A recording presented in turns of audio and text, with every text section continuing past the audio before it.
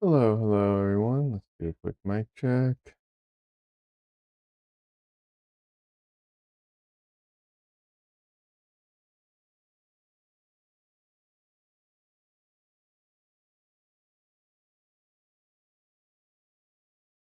Hey Barry,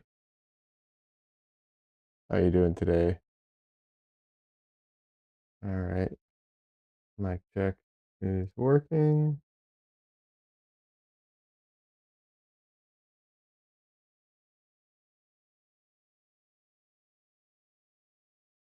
Cameras will be on in just a second.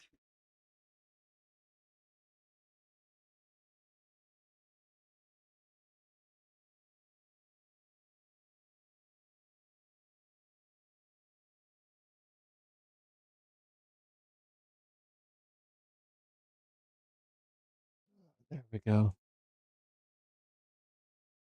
Hmm.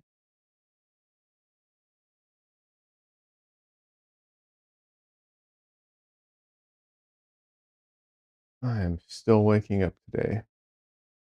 Didn't make it to the previous one because I fell asleep. That's fair. Um, kind of, yeah. I'm gonna try and do another stream during the week, but I don't know if I'll be up for it. My schedule is so um night heavy that it's rough for me to wake up and do it in the morning. But we'll see.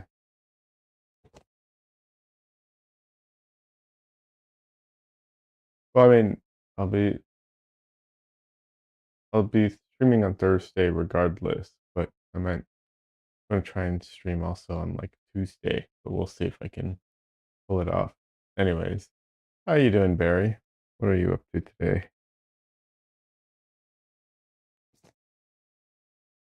Alrighty.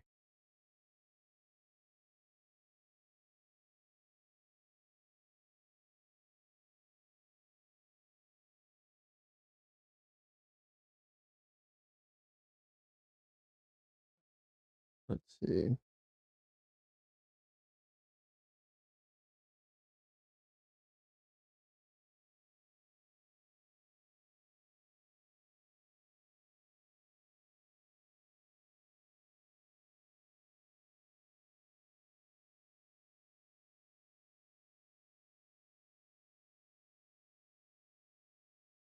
Yeah. The goal is to finish this painting today. One of the Both of the eyes need work. One needs a little more work than the other. And then there's a bunch of little details here and there that I need to work on. It's usually 12 a.m. to 2 a.m. when I stream in your country. Sorry about that. You know, time zones are what they are, unfortunately. It's a shame. If it was a flat Earth, we would all be at the same time zone.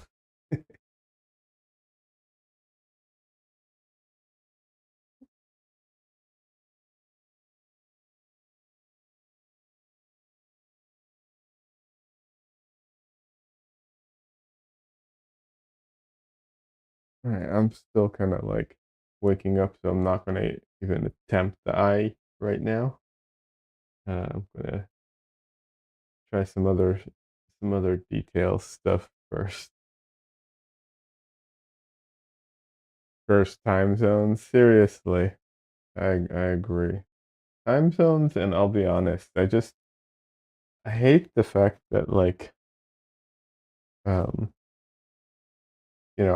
I'm just naturally like a night owl, so I hate the way that like society is so, you know, day centric and morning centric. It's always been an issue for me, like my whole life. It's one of those things where it's just like, come on, can we not have everything open 24/7 or near it?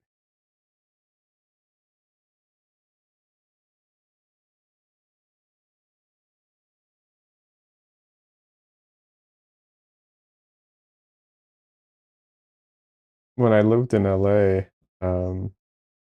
I used to go grocery shopping at like 12 or 1 a.m. because there was just less people there. I wouldn't have to deal with like, the crowds of people and stuff.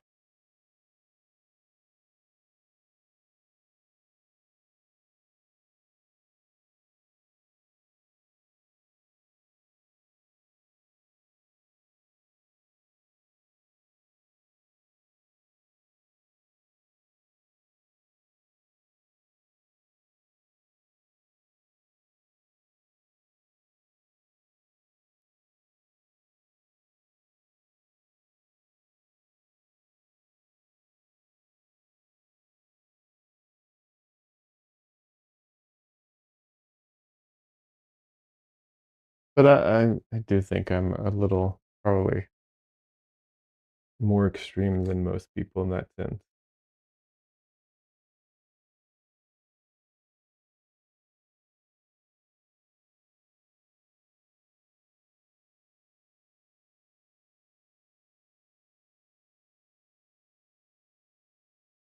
Yeah.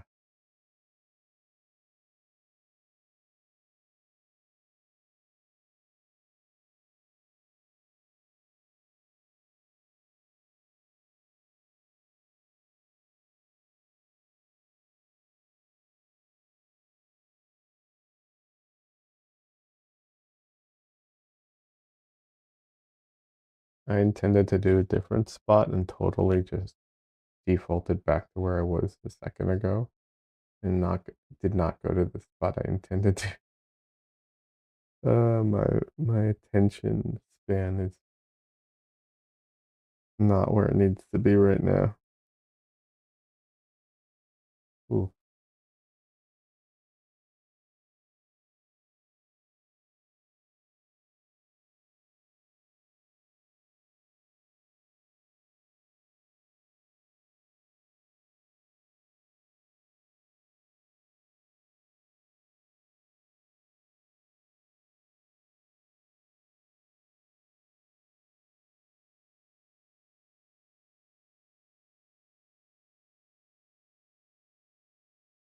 It's interesting. Um, in my ex- in my this is a anecdotal experience. Obviously, it's my personal experience from the people I've met, but it does seem like artists um, tend to have a much higher um, what's it called? Like there's way more night owls amongst artists than there are amongst like the general public, um, which is interesting. And the same goes for left-handed people. They're way overrepresented in the artistic, what's it called? In the artist community than the general public.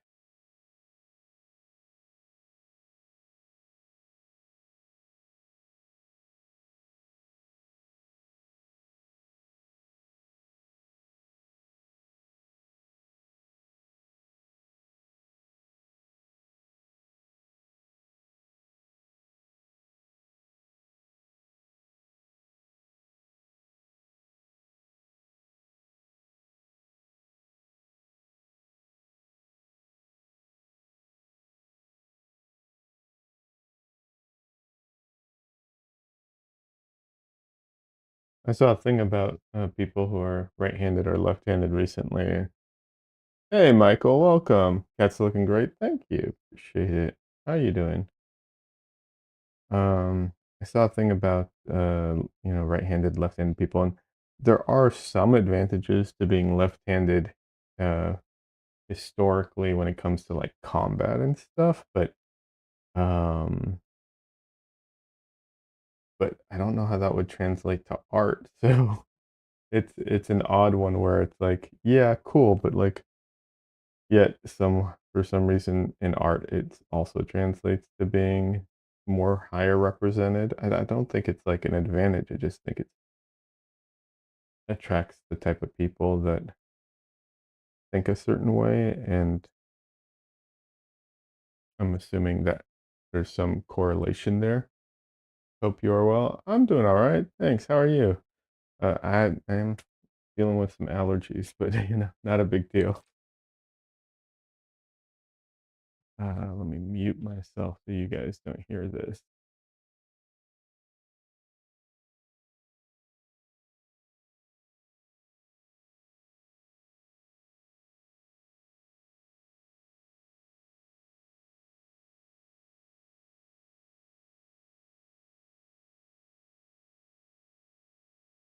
Ah, Barry, that's very kind of you.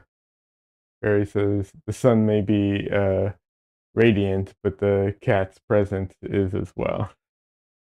That's very, very eloquently put.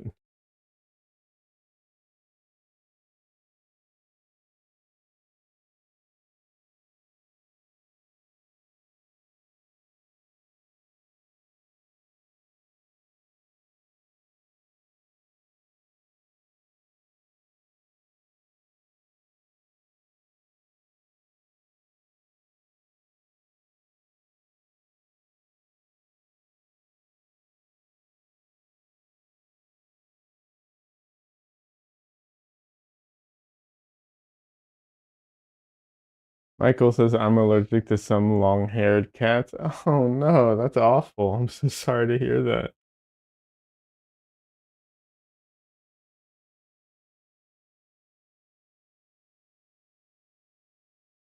Cats are luckily one thing I am not allergic to.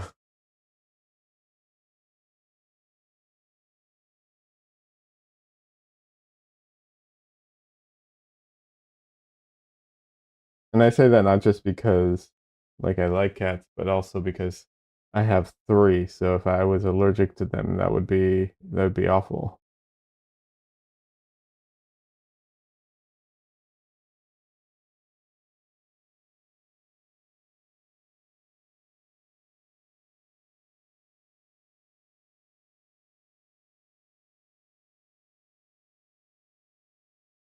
Yeah, I know, LOL. Plus other animals and hay fever.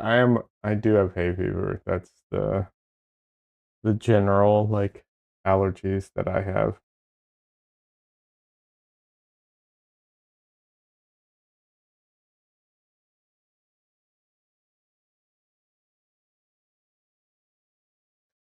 Barry says one of my friends has four cats, I think, but they're kind of still babies.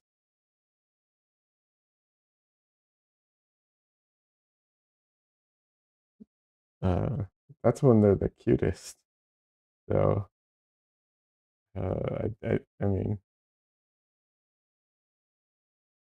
it's the hardest to get rid of them at that stage. Actually, it's the easiest in the sense that like people will take them. It's the hardest in the sense that like they're so cute. How can you get rid of them? And then you get attached, and then you're stuck with them. That's how they do it.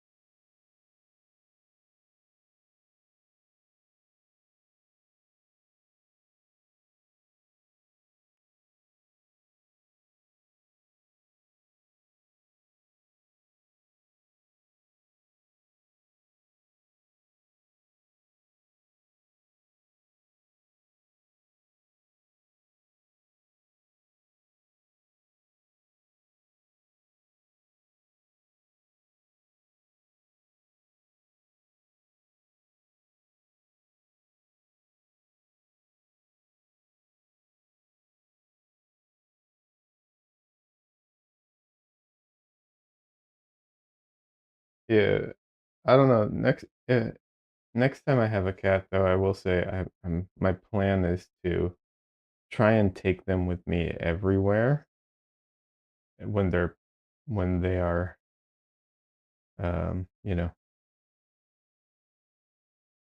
um, when they're, still very small, and basically get them used to going outside so that they don't.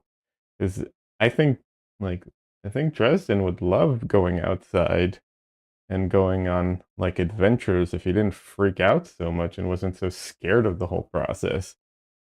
But he is.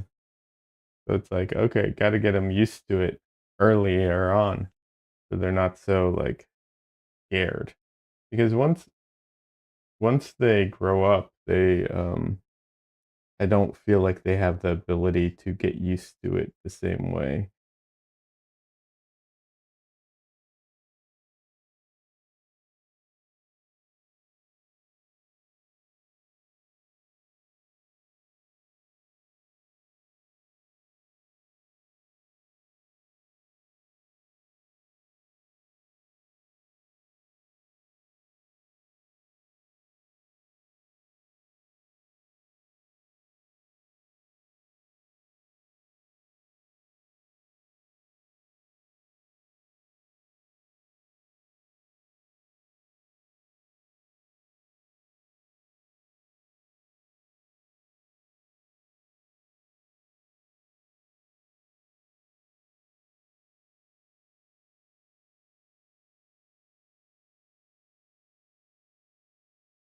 I wish I could just let them roam free, but it's too dangerous for them.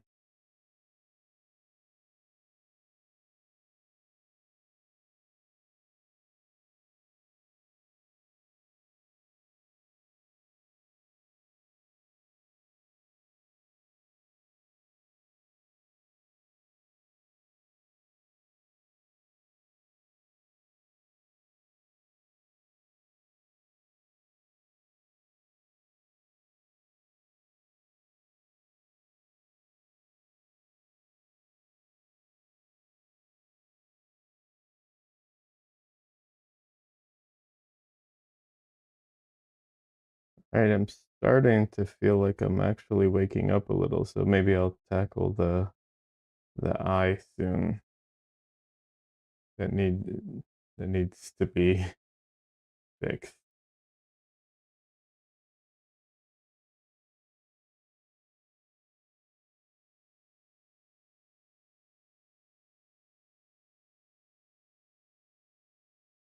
It's the eye and the whiskers that are like the big things that need to be done.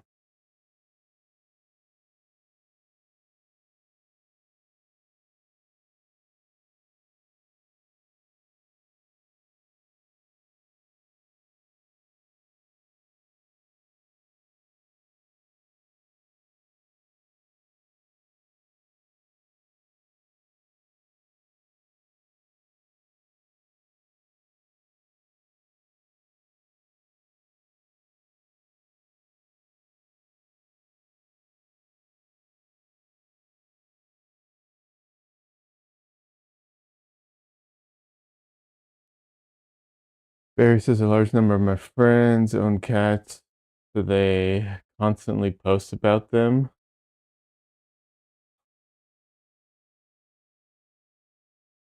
Don't know what that says, the last part of your message. I'm sorry, I don't even know how to pronounce this. Yeah. I take it you just want a cat is what I'm assuming.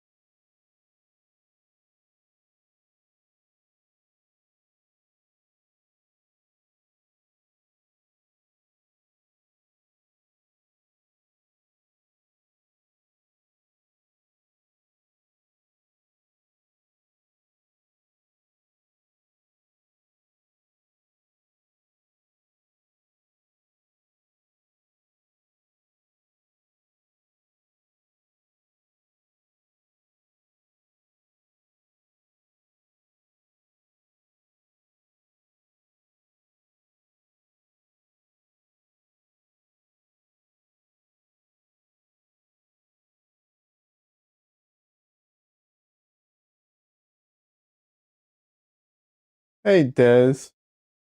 Setting up another room. Be right back. Oh, no worries.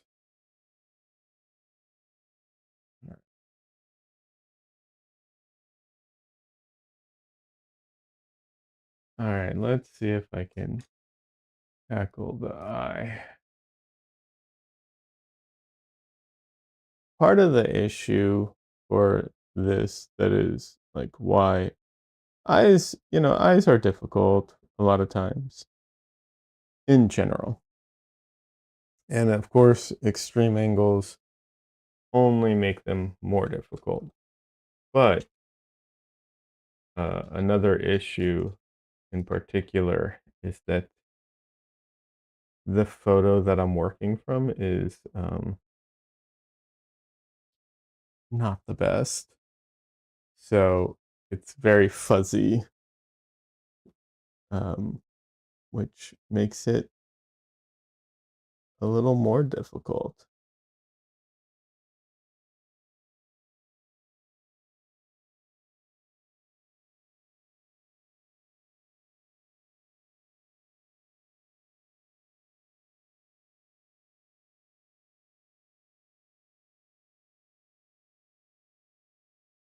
because it's like I'm trying to put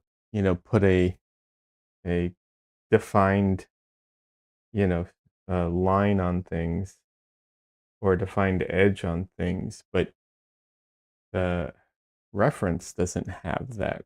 So it never really looks right no matter what I do.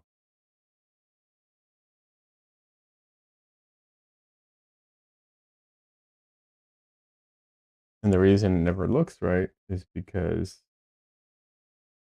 my edges are too hard compared to the reference. The obvious solution is to ignore the reference then, but that creates other problems.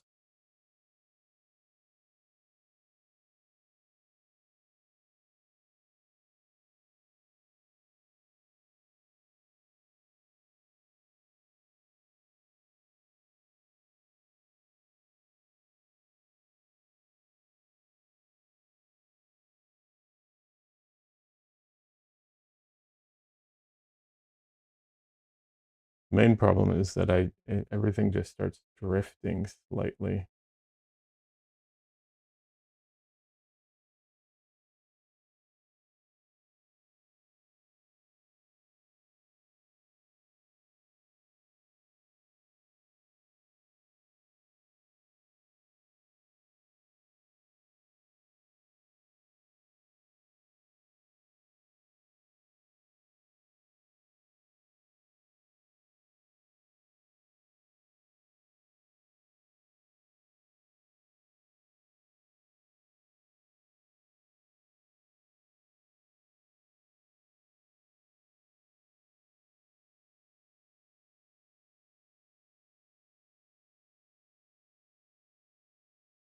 I think I'll go in about 30 minutes from now. I gotta wake up early, but I'll continue watching. Hey, well, thanks, Barry.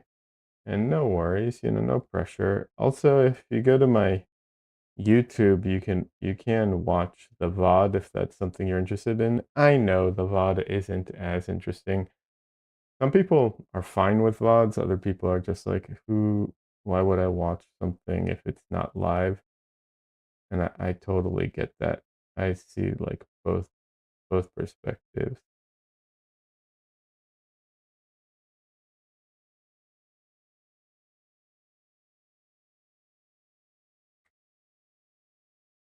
But thank you for sticking around for as long as you do.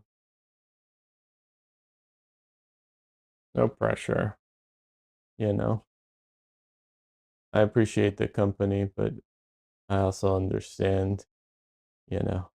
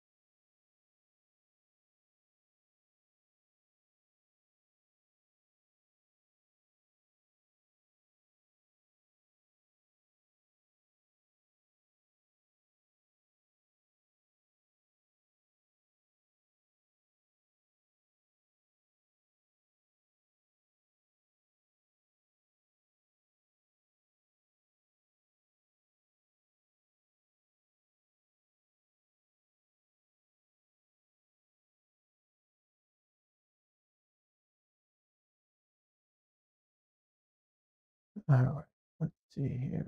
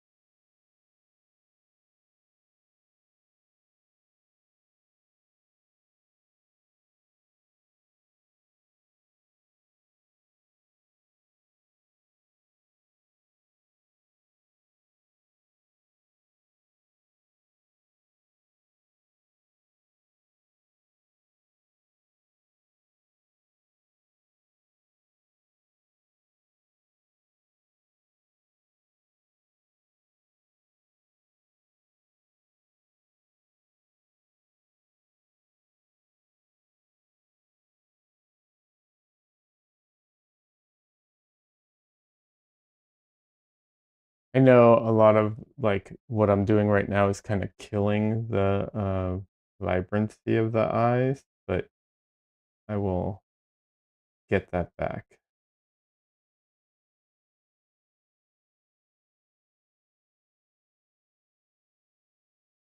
That's like the very final touches of the eye is getting that like all that vibrancy back.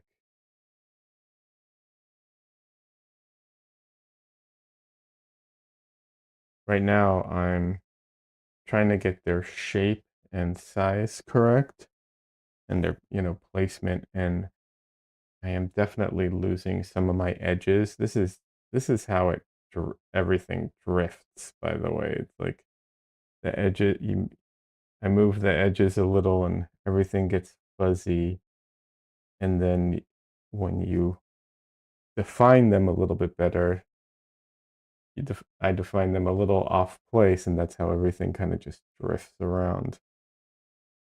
So it's I think it's always interesting that I do things that I know cause problems, but in a way, I feel like there's no other real way of doing it. Like, yeah, I have to do this to figure it out. And then if I have to correct it, you know? Fluffy, fluffy. Yeah, well, they, there is that too. It does help convey the fluffiness of everything. That's for sure.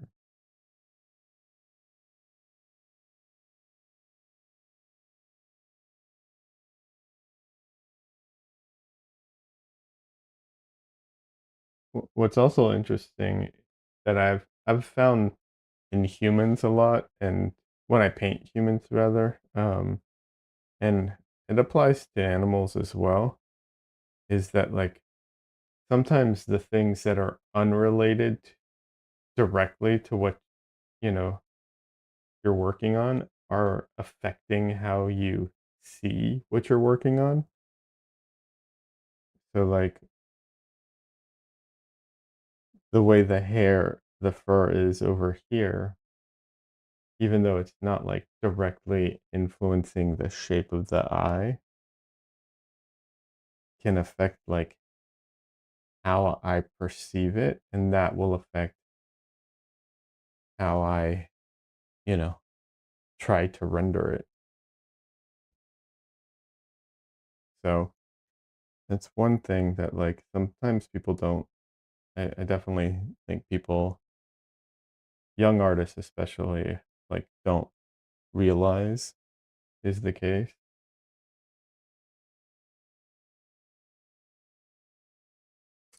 I mean, and it's funny because it can be things that are like way less related. Like one thing I've noticed earlier, and I kept meaning to fix, is the ear here.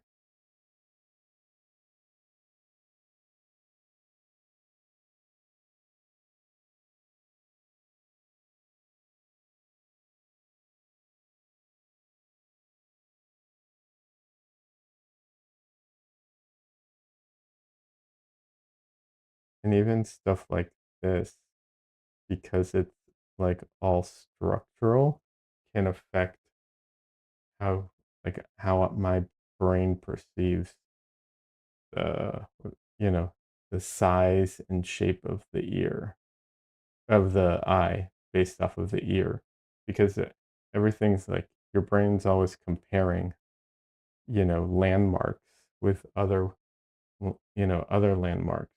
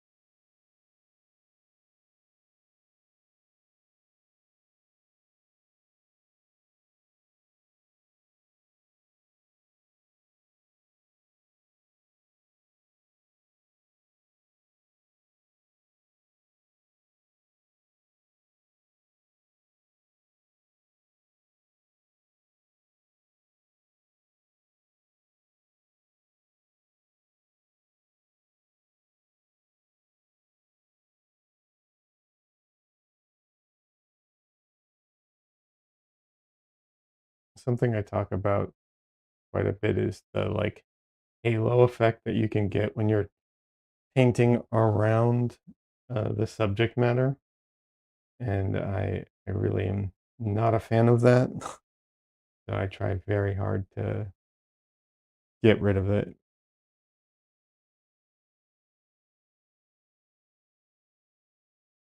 if I have to create it.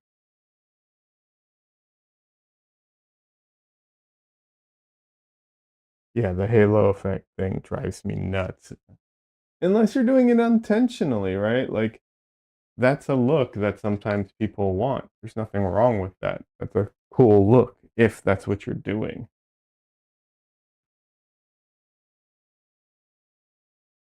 But you don't want to do it by accident.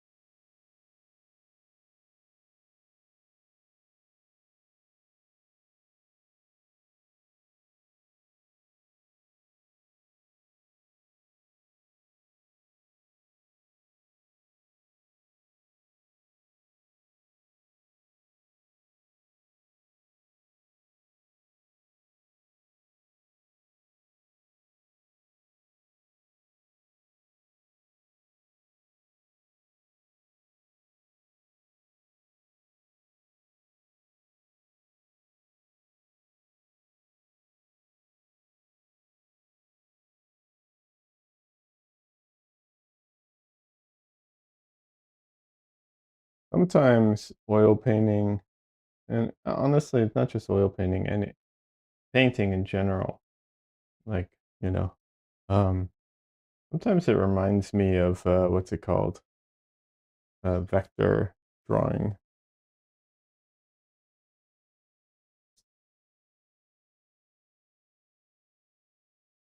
Barry says it's very easy to catch me. Just place a kitten, and I'll immediately go over to it. Unfortunately,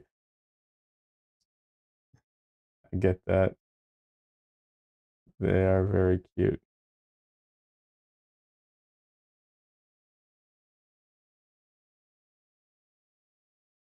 I'm kind of the same way.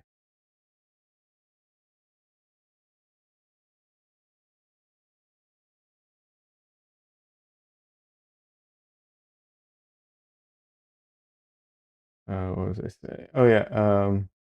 But yeah, sometimes painting kind of reminds me of like vector art, where like if you're familiar with vector art, you know, originally, now they've figured out, mm, different ways of doing vector art. But originally, it was all like hard edges and, very like geometric. So when you were doing vector art of people, you had to like cut it up into like little bits. So it's like you would you would cut up the highlight and the highlight or the light areas and the dark areas into like stages and steps. It's like it's this color, then it gets darker, darker, darker, and you just like slice it up. And sometimes painting kind of reminds me of that because of like how, I guess, just the process is, where it's like, yeah, you kind of have to do that sometimes.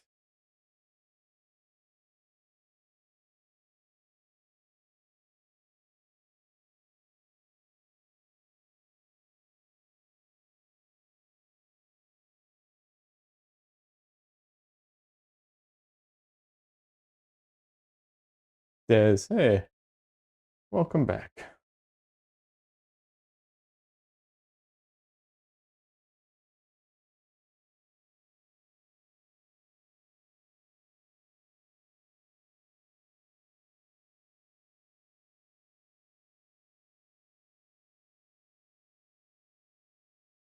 How are you doing, Des?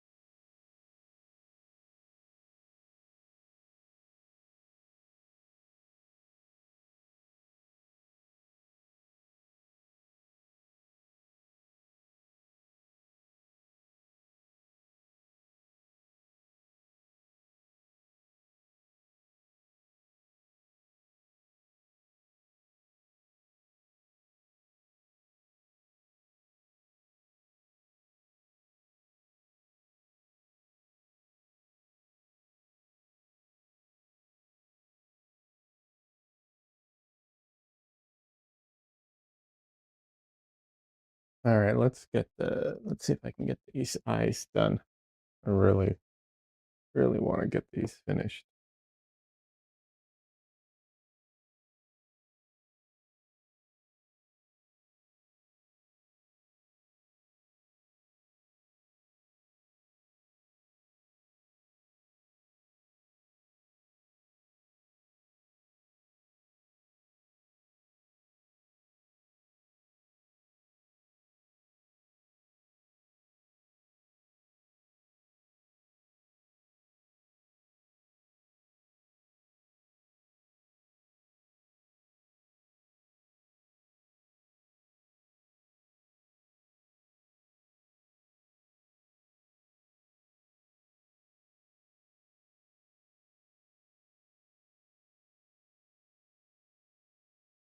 Woke me up just in time, almost dozed off. Oh, good. Perfect timing.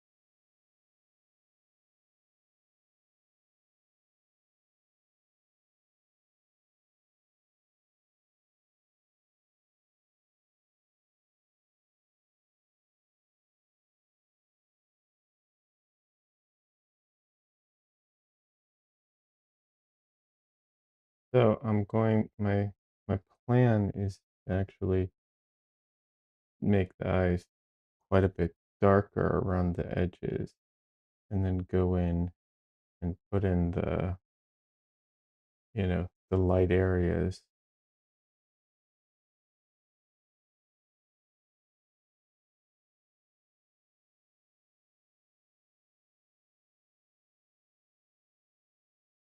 And I think that will work with the like fuzziness of the whole photo reference and the painting.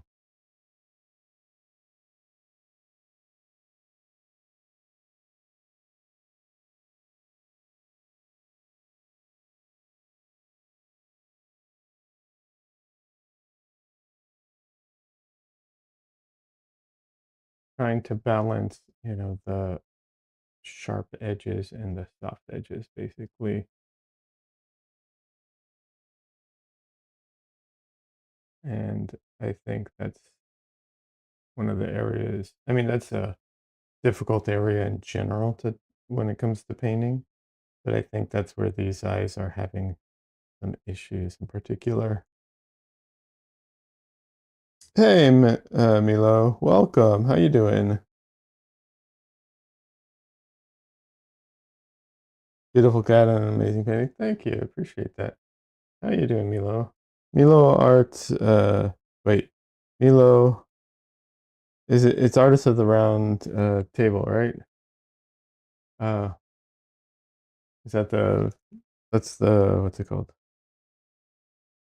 Anyways, it's at Milo dash AOTRT on YouTube. But yeah, thanks, man. I've been enjoying seeing your posts.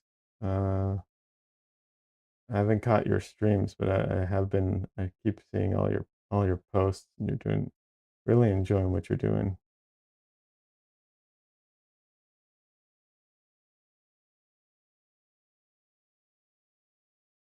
Artists of the Round Table. Okay, got it. I'm glad I got it correct. Yeah, yeah.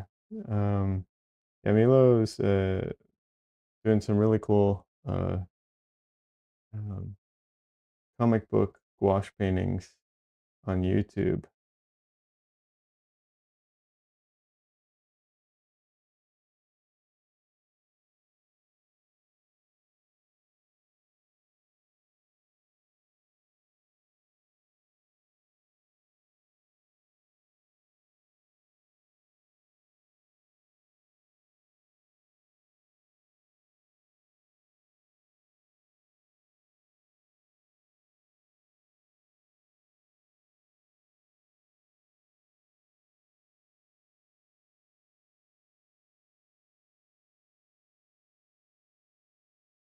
Is that my cat? No, it's not. This is actually commission for someone. So it's no, it's not my cat.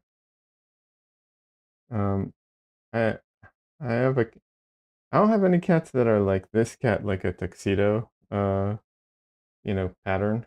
Um, yeah. Winnie is the closest thing I have. She's a long-haired calico. Um, Obviously Dresden has long hair, but he's, an orange cat, so very different looking.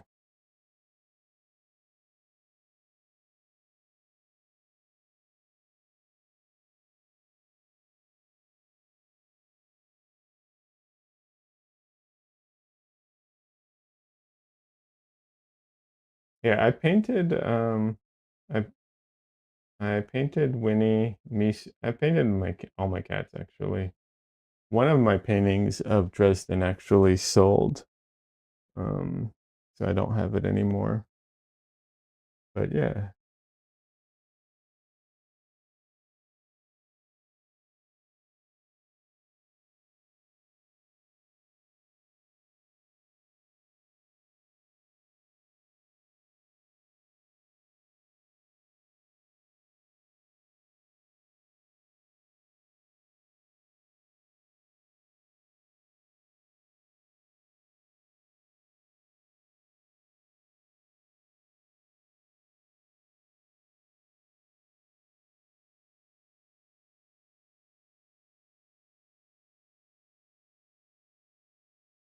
we have two here at Casa de Milo, 1-year-old Turkish van and another who turned 16, a Norwegian fourth.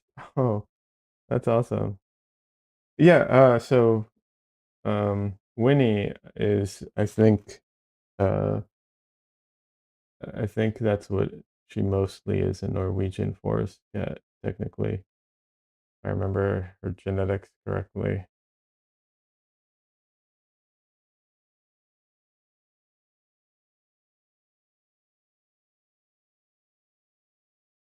Have you ever done drawings or paintings of them?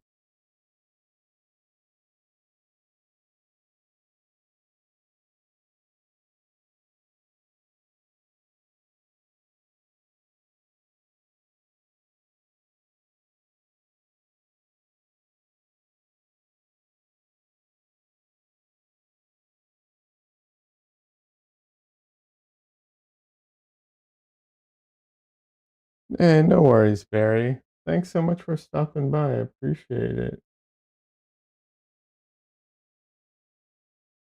You'll catch the rest on YouTube afterwards. No worries. Thanks so much for stopping by. Have a great night. You've done, Milo says I've done some simple sketches with charcoal. That's cool.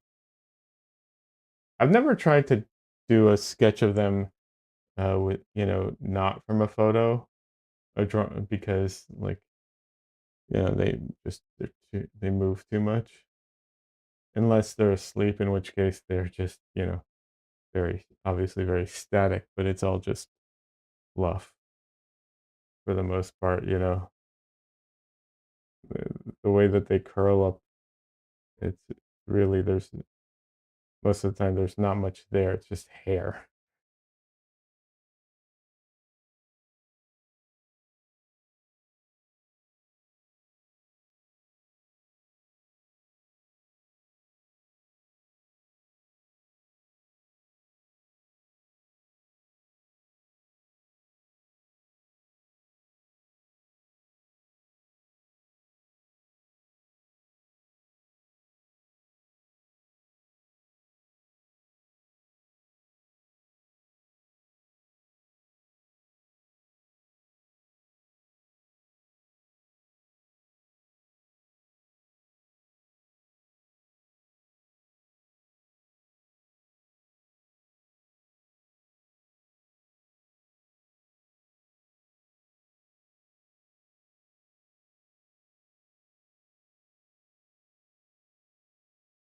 The old masters who used to do like sketches of like dancers while they were dancing and stuff like that. I always think it's so, like, fascinating how they could do all that stuff,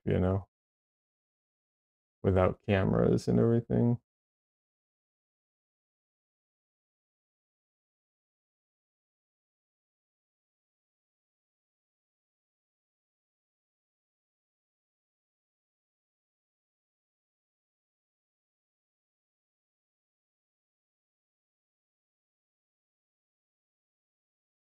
Milo says a furry throw pillow. Yeah, they really are kinda like furry throw pillows until they start moving.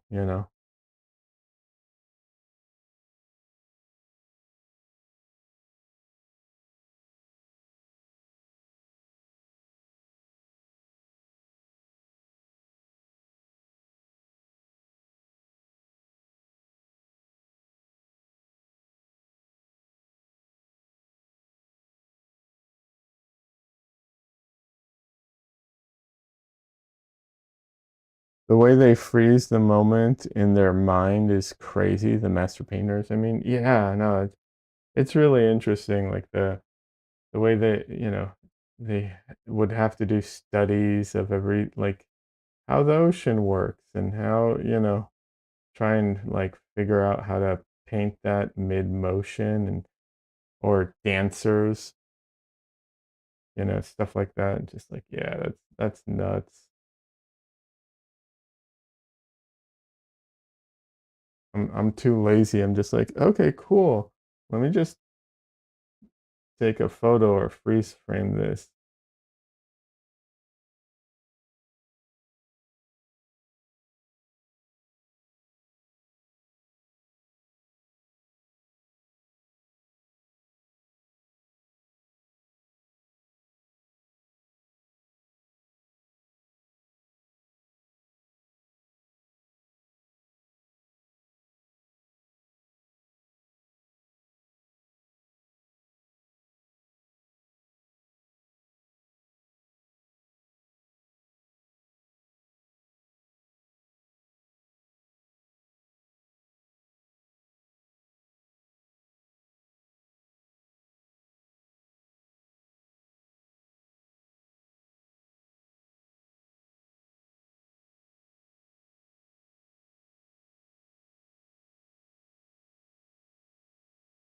Let's see, Milo says, "When an old master discovered the photograph, I can imagine how exciting some were and how scared others were." Well, considering how photography started out with how, like, still you had to be for it, I don't think it was, like, a huge I'm sure it was more interesting than scary, honestly. It's funny, old photography, um, like, really old photography, the, they used to do photographs, people would take photographs with their dead relatives a lot of times because, they would want a photo of them and they already passed away. They didn't have the opportunity while they were alive, so they do it when after they pass. And the funny thing is, in those photos, the dead people actually look better than the live people because the exposure time was so long that the live people would move a little bit, so they'd end up coming out a little fuzzy sometimes, of hazy. Their image would get, messed up.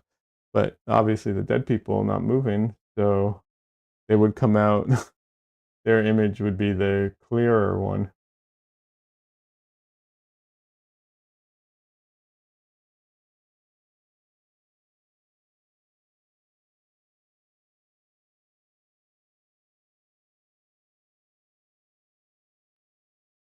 It's so funny how that used to be like a very common thing that people did, and then eventually became not common at all.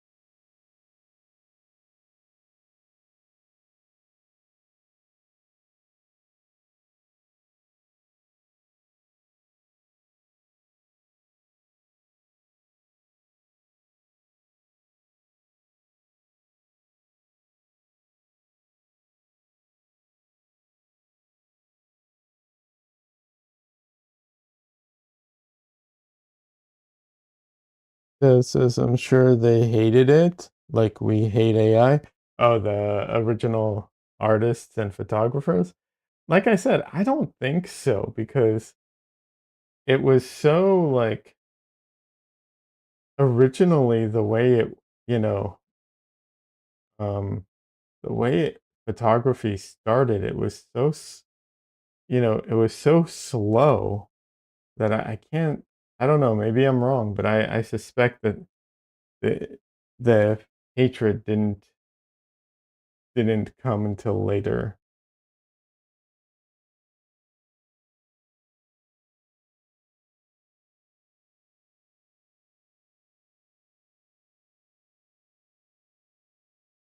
I could be wrong. I'm sure some hated it.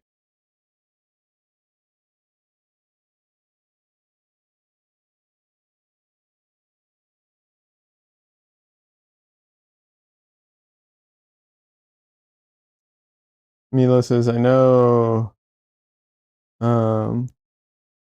Sorolo loved it, that he couldn't wait to use it to change the way he did the compositions. Yeah, I see. It's so it's so different enough that I think most of them would see it more as a tool, as an opportunity than a real threat is my guess.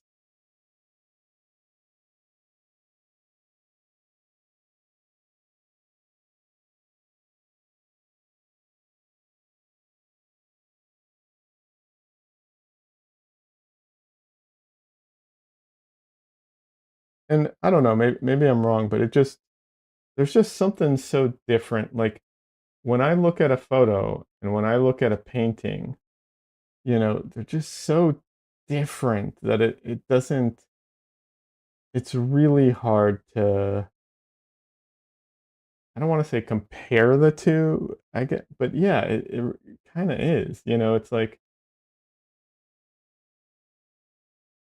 I don't know, they're so different that it's not really an issue.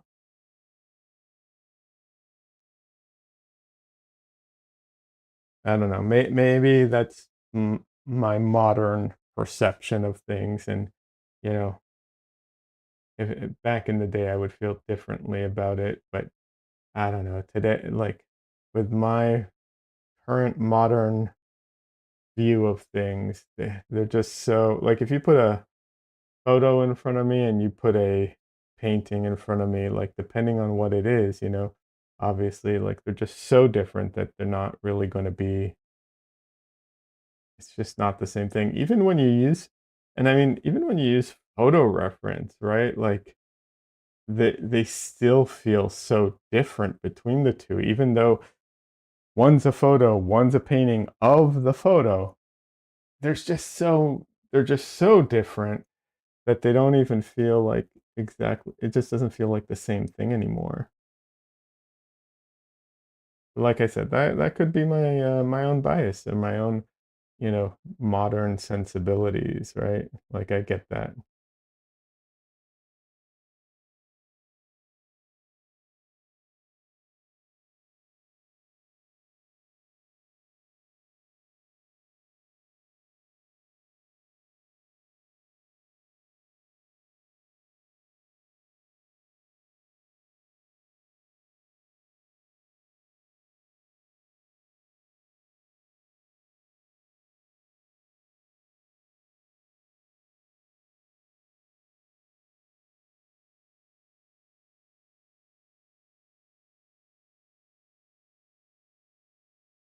It's really hard to like escape your own biases, you know, of like modern time kind of thing. Milo says photos have a frozen memory appeal to me. Oh, for sure. I because my memory is really bad. I do like I wish I could have, the like what's it called? Like the glasses that have the camera in them. I wish I could have those and wear them and have them on 24/7 all the time so that I could always, like, scroll back and, like, pull out, things that I want. Don't get me wrong, I recognize how creepy that would be too at the same time, like, it's not like I'm like, "Oh, yeah," but there's so many times where things happen and I don't have I don't have the time or I miss the moment because, like, you can't pull out your phone fast enough or I don't have it on me or whatever, and it's like, "Oh, I wish I had that, like, that memory or that moment," it's like I'm playing with Dresden and he does something really silly and I'm like, "Oh, I wish I had that." But I also recognize, like, how precious it is and how you kinda have to be in the moment because you can't, and there's something, very, like, you have to remember that kinda thing, like, keep that in mind that you have to kinda be present because there's no way of really capturing everything? Could it be interpreted versus representation? A snap of what is versus a snap of what may be? Photos versus paintings? I don't know. Also, there's also that element that, like, y you know so this is something that I think people who don't paint probably who don't try and paint or draw people probably don't experience much, but there's a really interesting thing that happens when you like, the way a photo the way the camera, like, captures things and the way we experience them, even visually, is not the same thing. There's a real gap there, but we don't notice it. And to give you an example, because I used to do photo retouching, right, is my best example of this, where it's like I have done retouching of models, right? And like, if the model had been standing in front of me and you'd been like, all right, let's think of what you need to retouch on this person. Like, sure, if they might have like a blemish or something, maybe I'd notice it or whatever. But when you take the photo and then it's like, okay, what needs to be retouched? Suddenly it's like, okay, let's get rid of the blemish and the uneven skin here and the little fuzz here. And it's like because the camera kind of accentuates those things, right?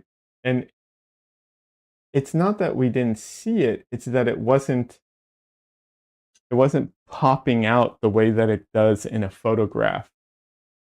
And so the fact that, you could look at someone in person, you could literally take a photo of someone, put it side next to them, right? And look at them. And in the photo, certain things will pop out to you, and you can look over at them and be like, yeah, I can see that it's there. It's not like it doesn't exist. It's just not really important or popping out the way it is in the photo. That's because of how, like, cameras process things versus how we process things in reality, I guess is the kind of the best way I can, you know, kind of like explain it.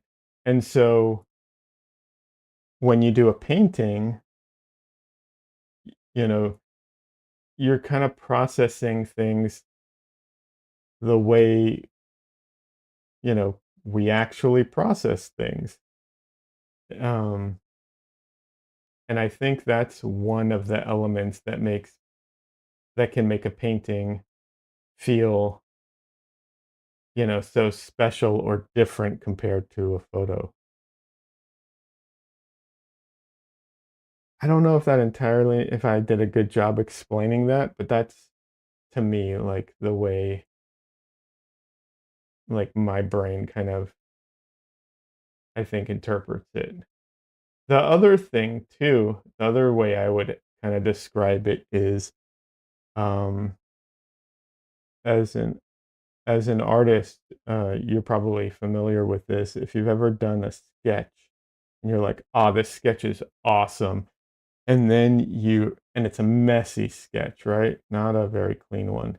And then you clean it up and it loses,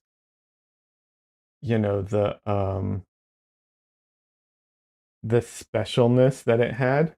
And you're like, "Man, I wish I could keep that." And there are ways to keep it.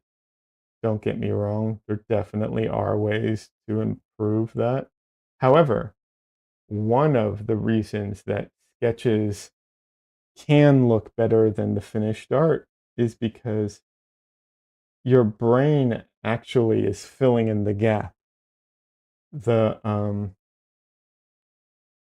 Because there's like three lines that represent the same thing, your brain chooses the one that like looks the best or averages it out to whatever looks the best to it. And in painting, because it's not a photo, your brain can kind of do the same thing.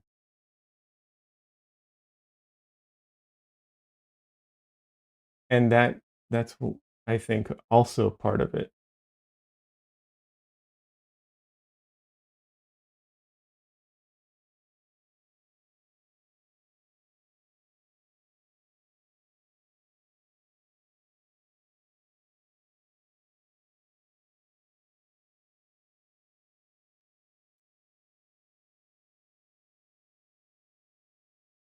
That was too much. I need to get rid of it. It works in the other eye, doesn't work in this one.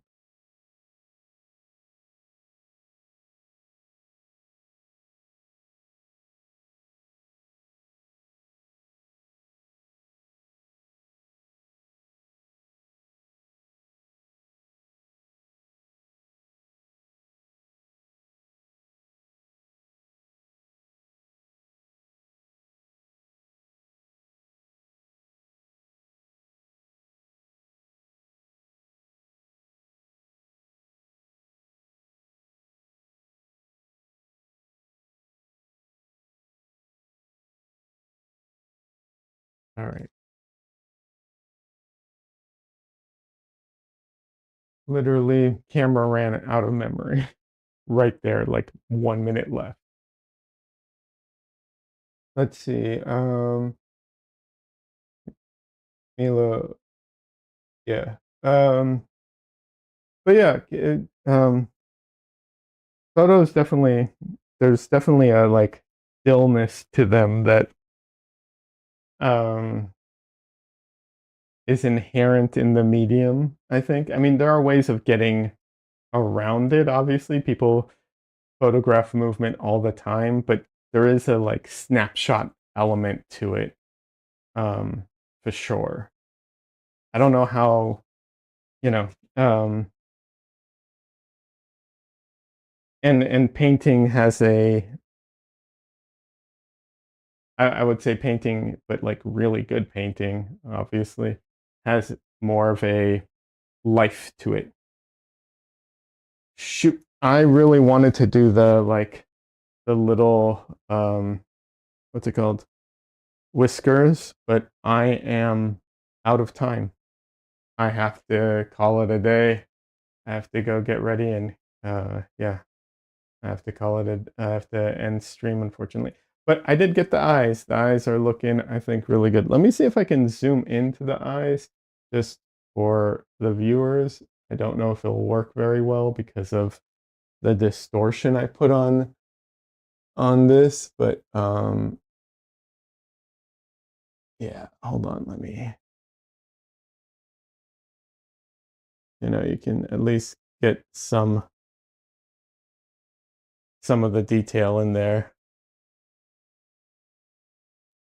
I know it's maybe not as detailed as I'd like, but yeah. Yeah. So anyways, I have to call it a day. I have to get going. Thank you, everyone, for hanging out, stopping by. Check out Milo Artist of the Round Table.